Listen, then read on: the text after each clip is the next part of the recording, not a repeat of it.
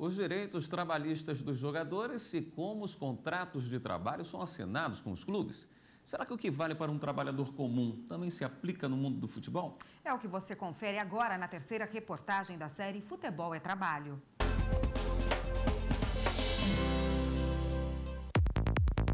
Carteira assinada, jornada de 8 horas semanais, férias, 13º e FGTS. Direitos de um trabalhador comum, mas também de um jogador de futebol.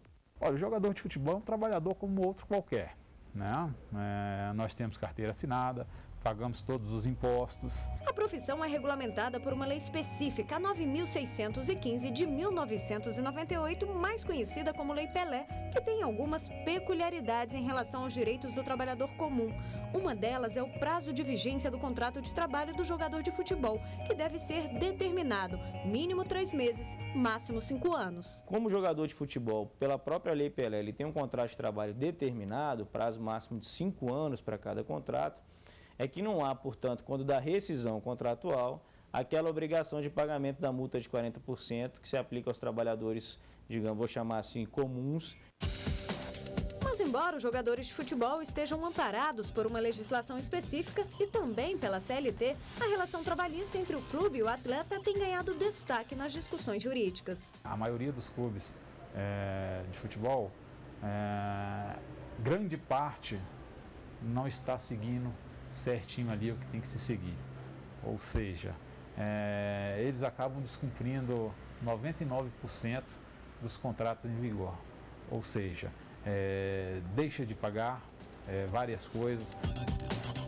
Um dos problemas mais comuns neste meio é o não recolhimento do FGTS pelo clube. A gente tem uma perspectiva no Brasil de quando tratar de futebol sem pensar no craque, no jogador, no clube grande, mas a nossa realidade é totalmente diferente, né? Eu poderia ousar dizer aqui que no universo de 100%, 70% a 80% dos jogadores estão em uma situação bastante simples, eu diria, sem aquele glamour, sem os altos salários, sem clubes grandes por trás. E aí o que acontece?